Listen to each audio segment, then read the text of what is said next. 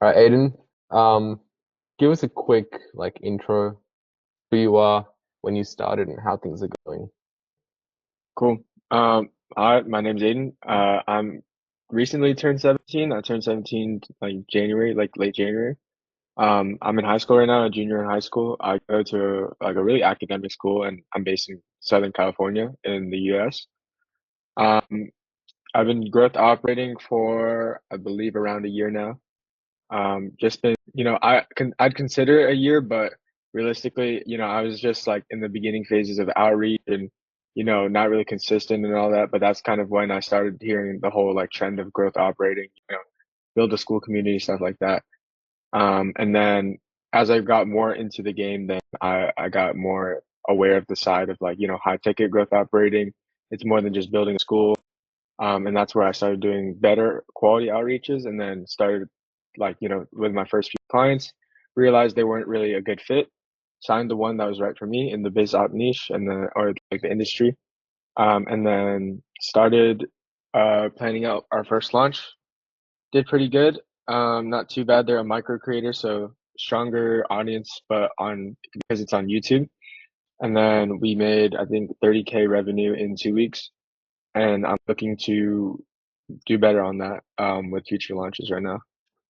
Hell yeah, bro! I forgot that you were actually 17 and you're in the middle of that launch right now, right? With the micro Yeah, client.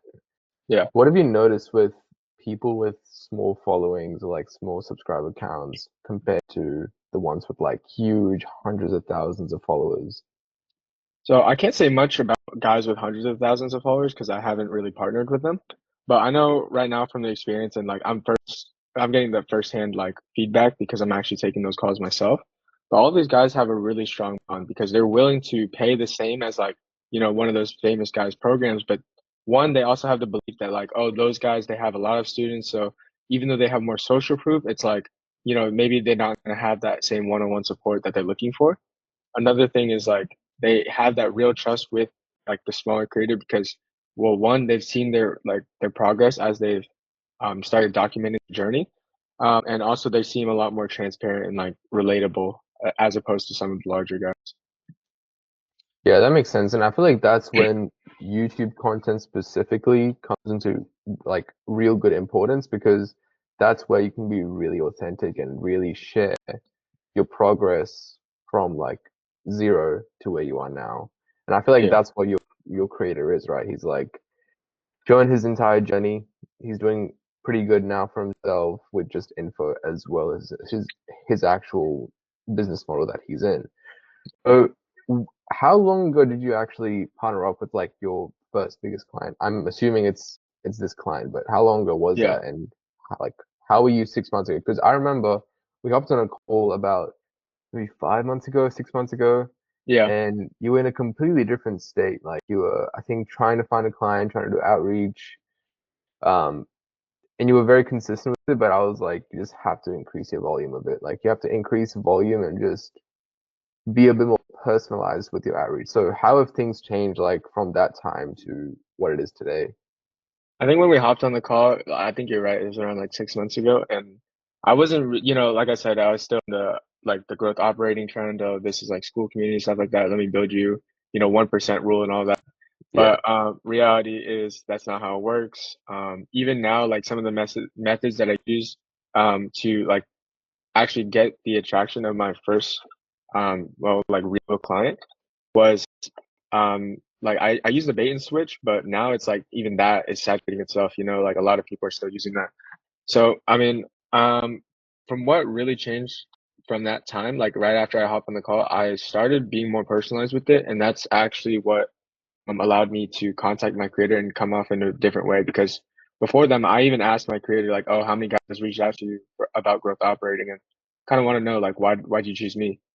And so I took a more personalized approach. I knew he was like inside Fredo's BSM program, and I was like, "Oh, so if he knows Fredo, he watches his YouTube videos. He probably knows who Pierre is." I was like, Mhm. it was kind of corny, but I was like, "Yo, let me be the Pierre to your Fredo." You know what I'm saying?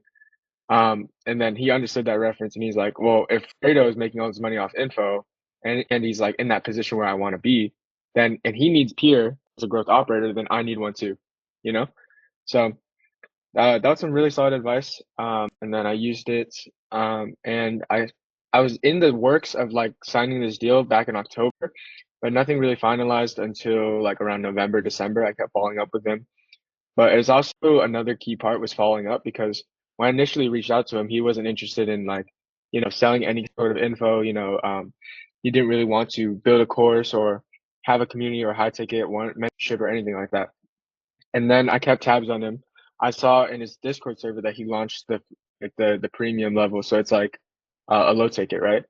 And I was like, oh, so you told me you weren't interested in like, info or, low ticket, high ticket, whatever. But now that you're running the low ticket, let me like give you a free call, just walk you through like, exactly what I do to help you X, Y, and Z, make more money.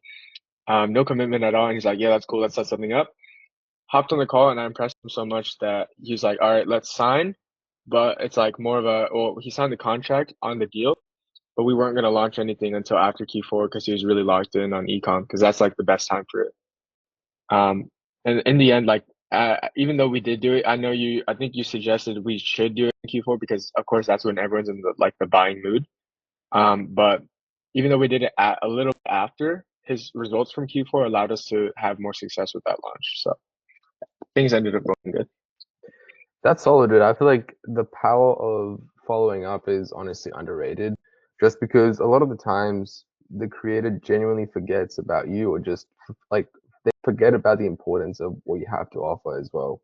Yeah, And keeping tabs on them is like you're pretty much spying on them, but they kind of like it in a way when you actually sign a deal because it's like, okay, you actually cared enough to have a look and you had a more personalized approach. So that's a good. And yeah, Q4 I'd say is like a pretty good time to sell info, but in his perspective, I see that as well. And if that worked for his ecom stores, then that worked in his benefit.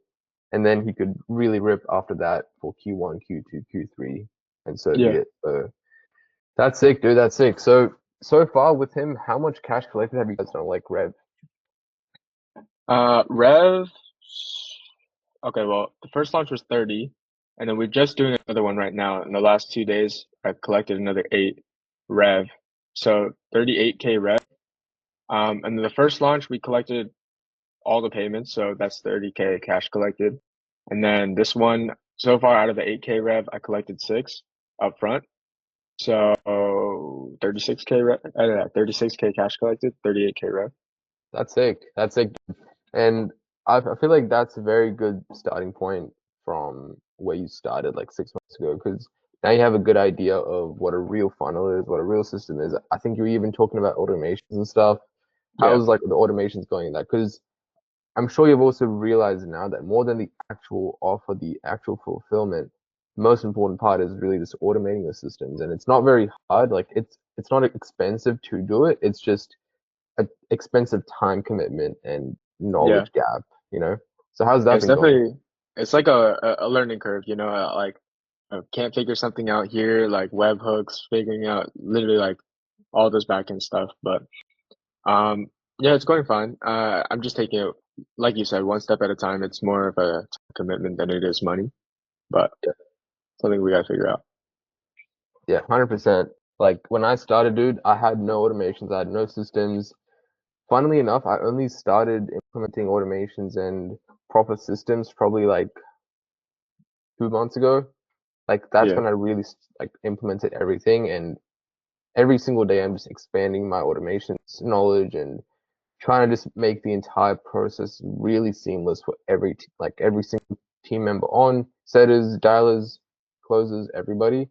So I feel like that's the next step for you, just really honing down on systems, how things are flowing, and making sure that your client's actually happy with with your work, but even your team. Well, I think right now it's just you closing, right? yeah, So I guess for like the next launch, you'd probably have a closer on board as well, yeah, so you can really start scaling. Because obviously it's nice to close first. I did the exact same thing, bro. Like probably more than 60K cash collected with just like closing myself and operating for the entire creator.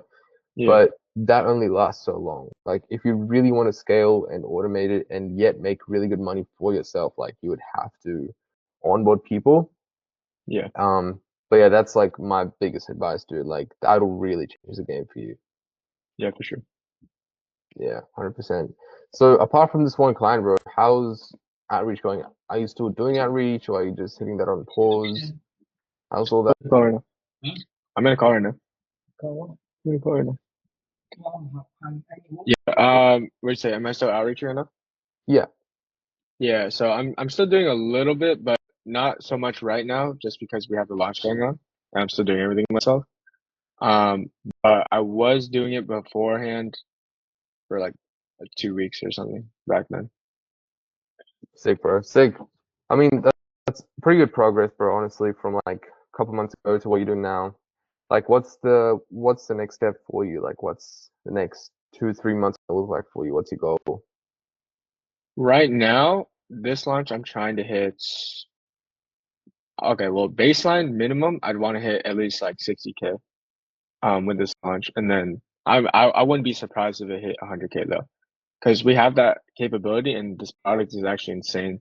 Like my client is breaking records for organic dropshipping. His students are crazy, and this is Q1 too, so it's like the worst time to be a dropshipper. You got Chinese New Year, all the suppliers are like gone in warehouses, delays and everything, and so this product is selling itself. I don't have to sell that hard to get the close.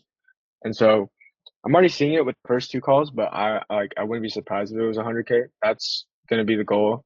Hit that as soon as possible with this launch, and then leverage that case study, do better outreach, like more personalized, show like that I'm different, and then I actually have some skills behind, my message and everything like that.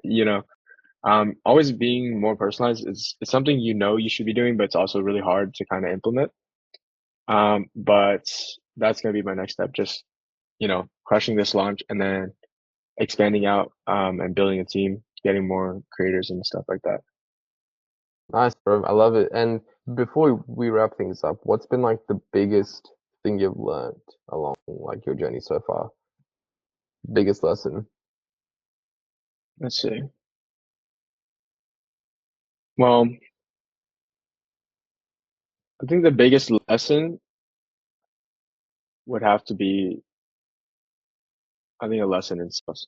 I think it's definitely like reframed my mindset about sales because before, like, I was doing SMMA and all that. But I thought that gave me a good basis for sales, but I was always trying to do like, oh, let me give you on a free trial, let me get you on this plan, and then never really closed my first like retainer deal or anything like that, or 4-figure deal.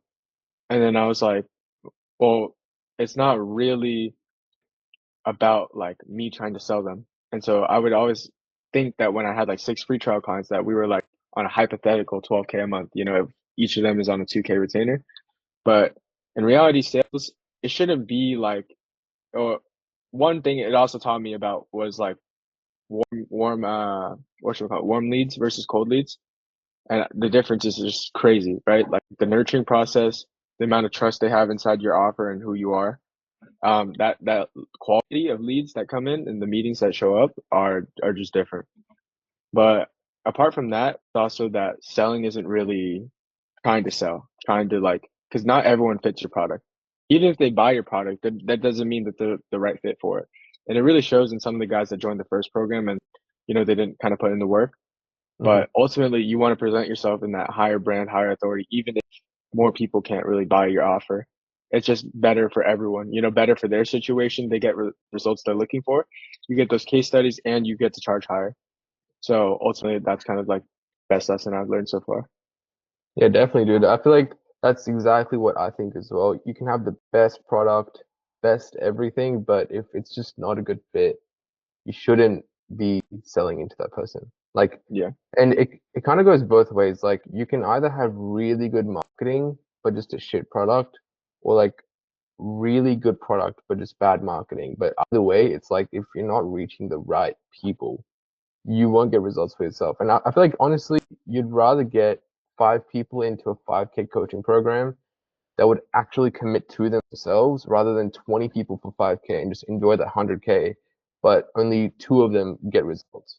yeah, Because at the end of the day, if you want to scale your own info, you need to have students that print themselves, that get results themselves. Otherwise, you have no social proof and you just have money, which is worth nothing without results. Yeah. Yeah, definitely, bro. I appreciate you hopping on.